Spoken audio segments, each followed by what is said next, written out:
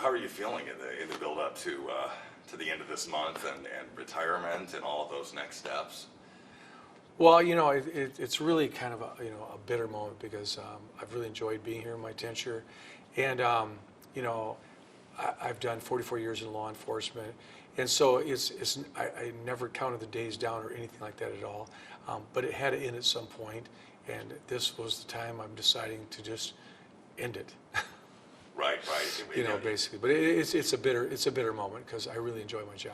Sure. And you've been in law enforcement what more than 40 years, correct? Yeah, I started full time in 1978, but I actually had 2 years before that as I went through training, and I was with a small community on the east side of the state where back then I was like a reserve officer. So for 2 years I volunteered a lot of time being a police officer as I was getting ready to go to the police academy. So I really don't count that, but it was a pretty significant time back then. Where on the east side? The village of Manchester. Okay. Just southwest of Ann Arbor. Yeah. What kind of a mark do you feel law enforcement has left on you? And what kind of a mark do you feel you've left on law enforcement in your more than 40-year career? That's a good question, and but I'll tell you, the mark it left on me is I truly enjoyed working in law enforcement.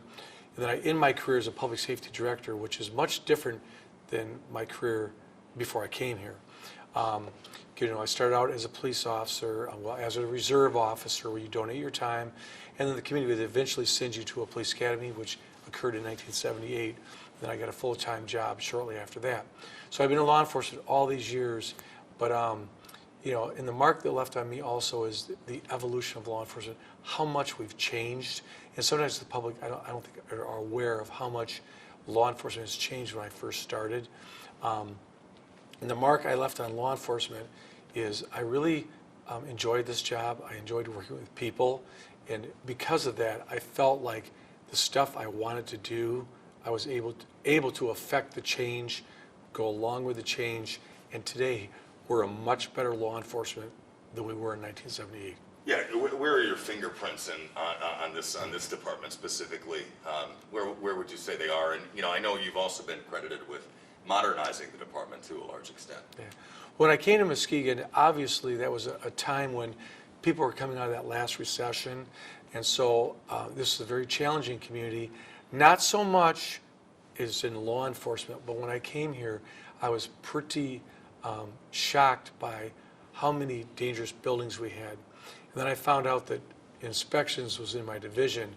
So with police, fire, and inspections all working together, dangerous buildings, the removal and the attack on blight that we did, using fire, police, and inspections together, that's what really surprised me, put a mark on me, is how much when you change the community as far as how it looks and addressing like blighted areas and dangerous buildings, how the crime kind of gets in line with that, where it goes downward as you address what your community looks like or what shape it's in. How criminals will respect an area differently if it's a well-kept, nice area versus a decaying, decrepit, area that no one is taking care of. If you make it look like it's being taken care of, a lot of times that affects crime positively as it goes down. Sure, people respond to that, yeah. right? They respond to that. Yeah. I wasn't here 10 years ago, but you hear folks around here say all the time, Muskegon is such a vastly different place from what it was 10 years ago. Right. The city has obviously changed around you, and you spoke to that, but what do you think of that change? Oh, I think it's a fantastic change because, first of all, when I came here, I saw all the building blocks were in place. We had a great road structure. We're on a great lake. The city had a lot of history. It's a very popular area to visit. And then just in the last 10 years, all those pieces were put together.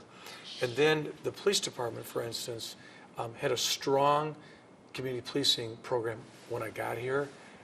It actually amazed me because we have 14 neighborhoods with names. And I had been a proponent of community policing when I got here, but I'd never seen it broke down into these I call them villages. We have 14 villages in the city here, and how the people in those neighborhoods identify to where they are, and how it's easy to work with just those neighbors and their specific problems. Where other communities I was at, it'd be more like a citywide issue. It's hard to drill down. Here, we have names of neighborhoods. We actually have signs as you enter and exit neighborhoods. And the people really have embraced that, bought into it. So when I go to Nelson neighborhood and I talk about their problems, the people from Nelson are there, and it's so much easier to work on the problem in Nelson because Jackson Hill might not be having that problem. Yeah. And so if people come from all over the city to that neighborhood, it dilutes their problem. But here, we can really focus on it. If it's a cleanup issue, blighted building, a crime issue, whatever, it's so much easier to work with those people in their specific neighborhood. And a lot of communities, if you look around the state, they're not broke down into those small named neighborhoods like we are here. So that was just unbelievable. What does retirement life look like for you? And I know you said it's bittersweet, but what are your plans? Yeah. Well, this is the first time in my 44 years that I'm not leaving here to go to another job. And so that's why this time it'll be a strong finish because I'm very focused on Muskegon up until my last day. Then after that, I'm going to do what maybe like a college professor would do. I'm going to do a little sabbatical, kind of regroup, and decide what I'd like to do next. But I didn't really have any plans this time, simply because, like I'm retiring. Right. Well, right. I just wasn't sure. Yeah. I'm going to take up knitting or something Yeah, like that. yeah. Well, I have a lot of hobbies, but it's interesting because before I was always exiting to go to another job, and so there was that 2 weeks of like I'm 1 foot in the door, 1 foot out. Yeah. This time, both feet are inside, and I'm just tidying up everything. And even after I leave, I let our city manager, Leanne Mikesell, know that I'm available for if they need help or they can call me. I want to make sure that what I've done for 10 years, stays intact, and I will help them transition to the next person. It's really important to me.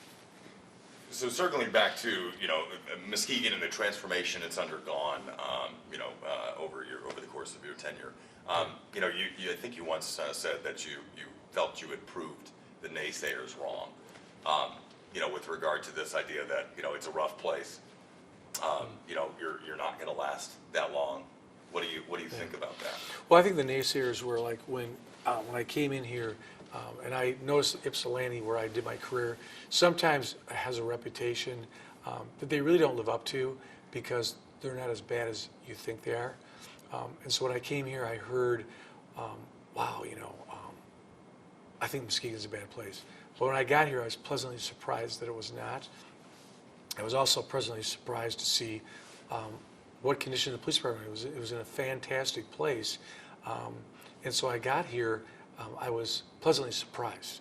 And so, anytime you go to a job where I uprooted and came across the state, I was, interested in my career. I thought, well, I'll do 2 or 3 years in this challenging community and I'll move on.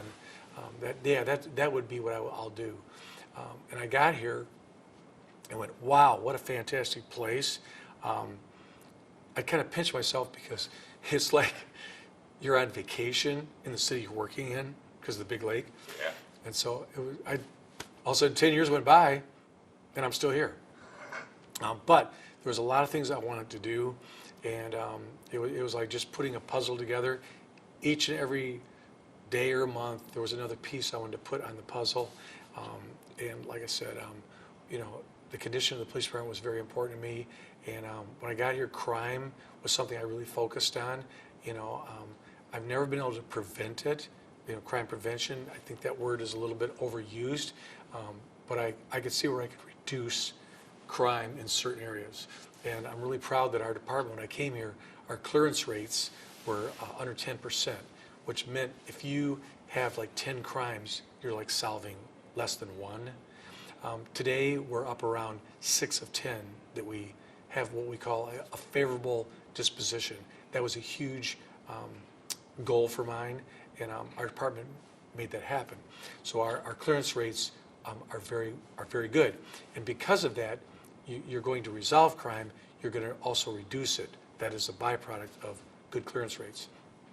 Then next, policing through the years, it gets on the news quite a bit when departments around the country, let's say, make a alleged mistake or perceived mistake. We get a lot of press. So, we wanted to make sure that we were really working with our community. Social justice is another goal of mine, and I just really enjoyed how they were set up here with social justice, which means I had a direct connect with our judicial, like the prosecutor's office, the courts. I had a direct connect with all our pastors in our greater community, and the important people in our community that do want to know where the police department's at. So through social justice, I attended monthly meetings. So when we had an issue here or something went wrong, which always happens in police departments, I had a great open network and communication with those important people, and that's why I attribute we didn't have blow-ups here like you see in other parts of the country. Because you had done, ahead of time, I guess, what other folks were demanding. We had relationships built, and so when the community heard something or something happened, we weren't starting from scratch figuring out what to do. We would get together and work ourselves through the problem. And because of it, the temperature stayed 98.6. It was static, and we got through those situations. And time and time again, that happened. And we were at an advanced state here, so we were working on other things in the community, such as like how our community gets employed, what's going on around the community, the state of our neighborhoods, the state of what people thought about our area police departments. We were working on those things before there was a problem. So when a problem came along, it was like an exercise we went through to strengthen our relationships, have input on resolving the problem, and then we would generally resolve the problem, have a disposition that everyone, they didn't always agree, but they understood where we were going. You know what I mean? Yeah. Absolutely. So would you say, would you say the department's a model of, equity and all of those, things that we're talking about in this day and age? Exactly. And we even had one of our commissioners that was concerned about diversity in our police department. And so we met for coffee, and he had some good ideas that I did not think of. We took those ideas, and then we started working on that. And today, the diversity we have in our police department, it was spawned from that coffee session and where we should go. And that's what really got us on diversifying our department. And then, sometimes things come along that you're not really prepared for. And so, as much time as I had at the desk as a chief, then, COVID decided to roll into town. And so I went to my experience book, went to that chapter. There's nothing written there. So all this time on the job, we now had to do some active creating to get through COVID. And then when you think things are bad, then we had the George Floyd incident up in Minnesota that had a direct impact on us. So at the end of my career, we were dealing with some pretty tough things. And but there again, if you've been kind of in the weight room working out, you're a lot stronger. And we had gone through a lot of exercises. We had strong fire, strong inspections, strong police, strong city, great commissioners, all that stuff. So the problems were not as difficult as I heard from my counterparts around the state. We just stayed on task. Where these tough conversations are going to take place, right? Well, that was the biggest thing is, we didn't escape protests. We didn't escape rallies. We didn't escape concerned citizens. We didn't escape any of that. But we were set up to deal with it. And then, a couple summers ago, it was June of, I believe, 2020. Myself, the sheriff, and the other chiefs in the area were right across the street at the courthouse. We had a rally of several thousand people. We were just walking around with them. And that day I heard a lot of really good concerns about the police department. And I met a lot of people. They met me. Then they started understanding who is who runs the department, so what our thoughts are, and those kind of things. And because of it, that protest or rally lasted 9 or 10 hours, long time. And then it just de-escalated, and I think there was many lessons learned that day.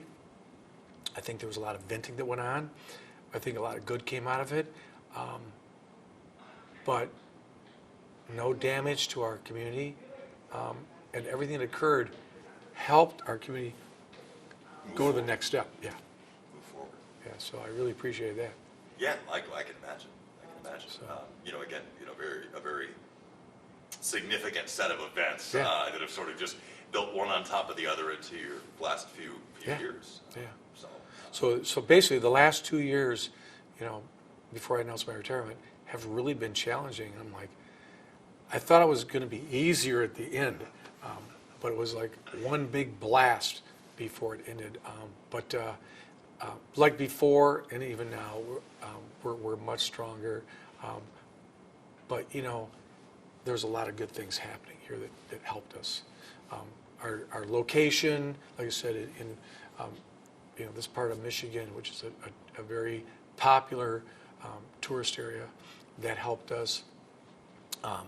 The resources and activities and things we do in the city, and our attributes such as the beach and our parks and those kind of things has helped us.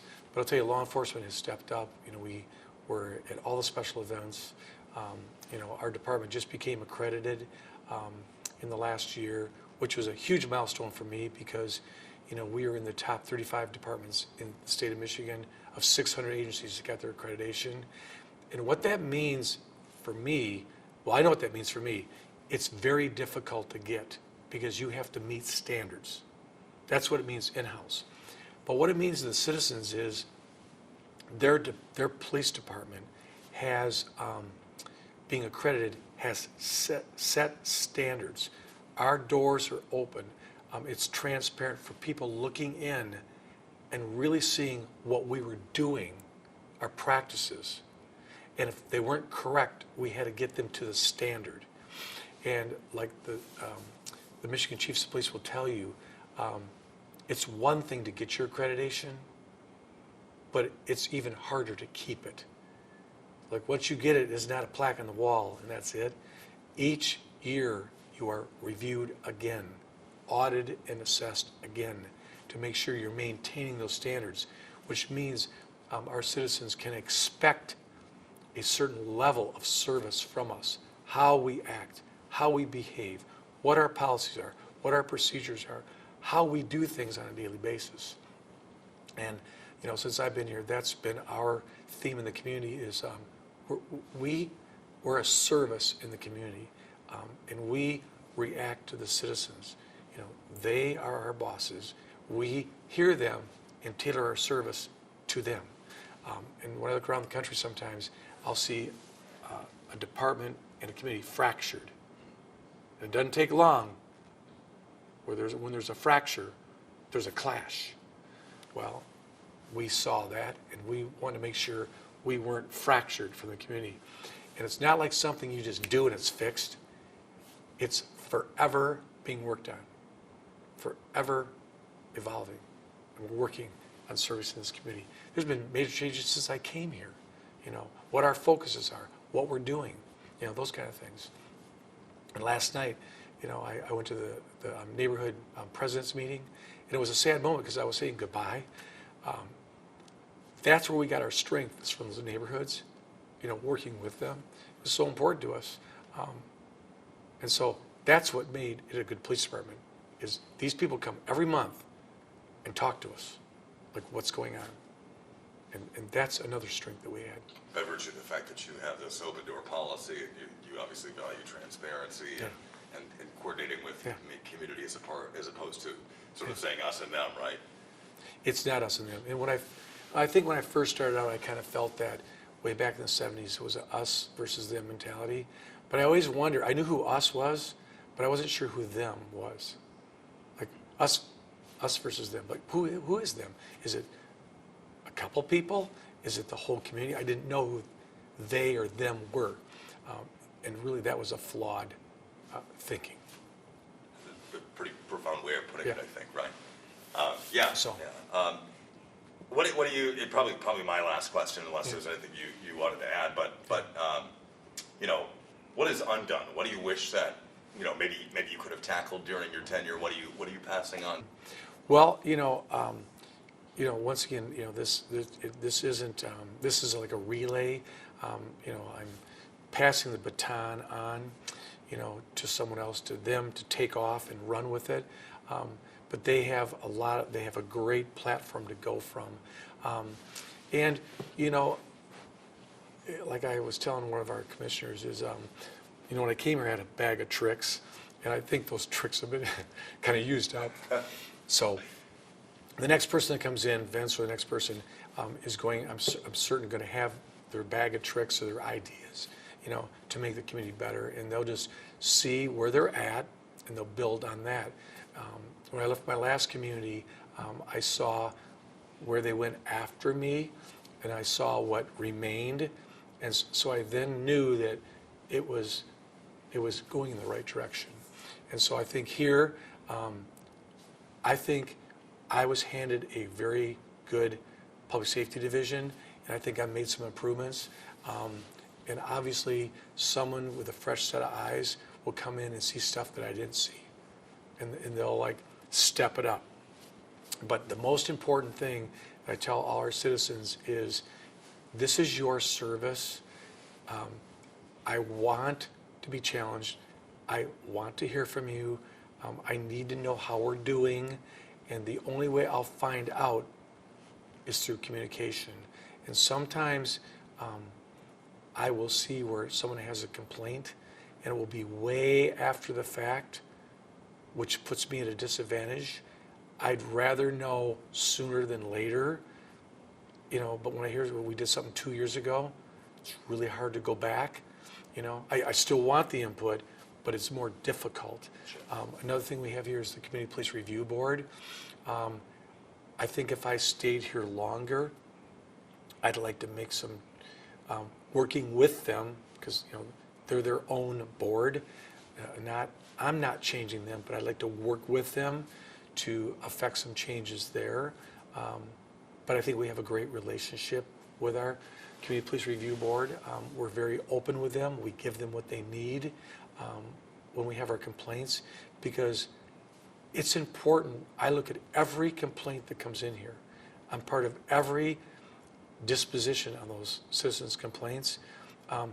That kind of tells me what we're doing. If no one complains, I will think we're doing fine. Right. And if I'm thinking we're doing fine, and I say that and someone kind of laughs at me, I look at them and go, is there something I should know? Are you holding something back? Because I guess, we can handle the truth here. Just tell me what's going on, and we'll work on it. Another great thing we did here is we got a good, really viable body cam system. I resisted for a while because I didn't see any good products on the market, because it was evolving. Sure. It was first generation, body cams. And what I would tell our commission here and our citizens, we have a great dash cam system. We have great audio packs, and those dash cam systems have rear cameras. We have a lot of good camera systems here.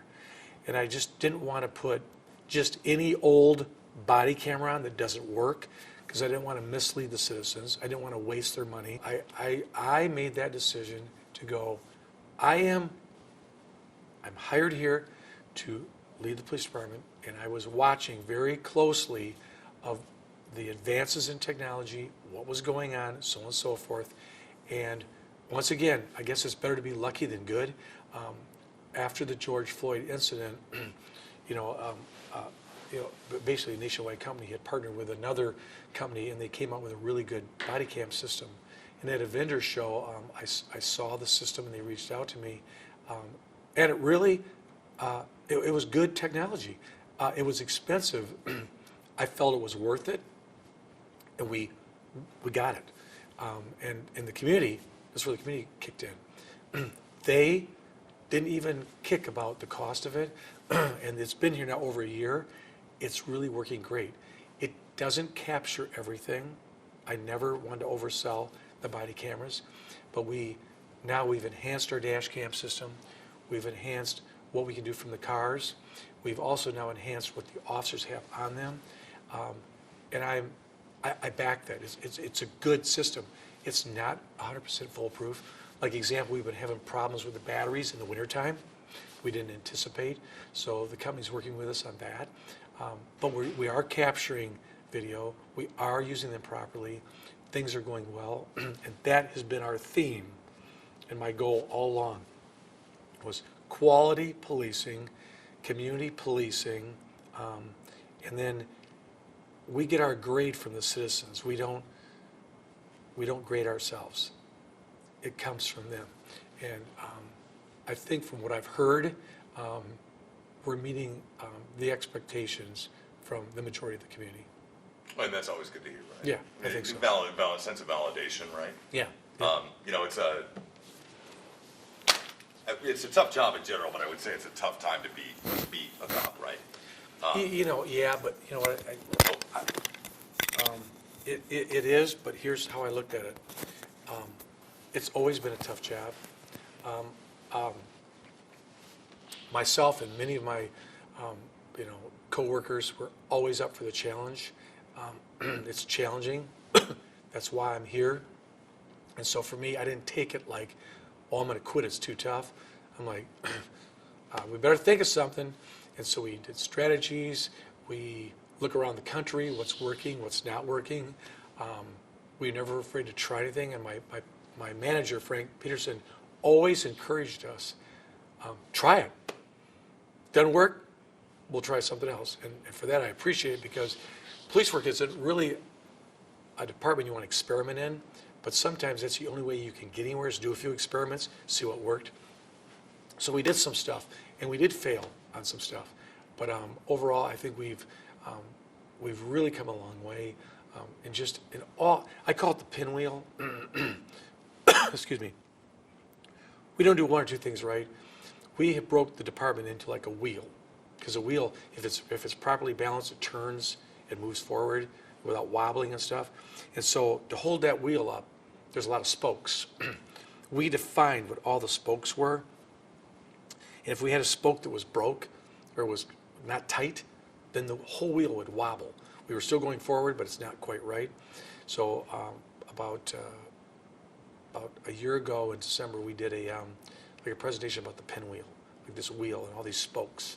That's how we look at ourselves. So they can see all the things we're doing very simply, instead of us talking about one or another topic, which can get confusing, we show them how we operate this wheel to keep it turning and to keep it balanced. It was kind of funny because, excuse me, when Vincent came in here and he was doing a community meet and greet, I found myself taking notes as they asked him questions of stuff that maybe we didn't do. And I go, why am I doing this? I got 3 weeks to go. But those citizens were stuff I was writing down that will help guide us now going forward. And when they were asking him questions, I'm writing the information down, And I'll share that with him when he gets here of what I thought about that. Because that kind of sums up the way you approached the job in general, right? Yeah, they were telling him stuff about us. That's what they were doing. And so we were listening and we were caring about that, and we were jotting it down. Is there anything at all you would add?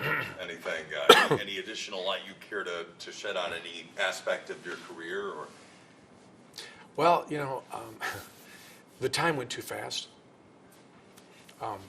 But if I could pick another career, I'd pick the same one. I wouldn't change anything. Because all those moments helped us grow. Anything Any parting words, I guess, you'd like to offer to, and obviously you have a few weeks to go, but, any parting words you'd like to offer to either the department or the city? Well, I mean, the departments, obviously, the staff, I mean, that's how you get anything done. No one person made this happen. It was a huge team effort. But one thing that I've said, and they've talked about recently, is maybe reorganizing. And I've made it very clear that I, in my tenure, have never seen anything work better than having police, fire, and inspections. I call it a triangle. There's a line in between us, but we're all connected.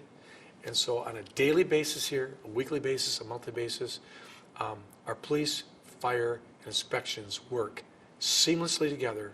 You'd be surprised how much more powerful the police department is when it has the backing of the fire and inspections seamlessly. Yeah. And there's no difficult process to get them to work together. Sure. It's just me going work together. And we meet, we talk, they meet on their own. And like when there's a house fire, for instance, just a simple house fire, immediately it invokes a police response. It immediately invokes an inspections response. And that was not always like that in my past, where we worked with those departments, but it may be a little more red tape, or took a little longer, or we didn't quite have the relationships that we should have. But it worked fine. But this worked better. Right. You know what I mean? And that's the difference. It wasn't like it didn't work. There's none of that friction there, right? There was no friction. And sometimes you hear about stuff here, and believe me, we've made a lot of changes in our inspections. We've made a lot of changes in our police department. We've made a lot of changes in our fire department, and that's not going to stop, because that's how we give a quality service. It's never fixed. It's evolving and evolving, and I guess that's what kept me interested. It wasn't the same.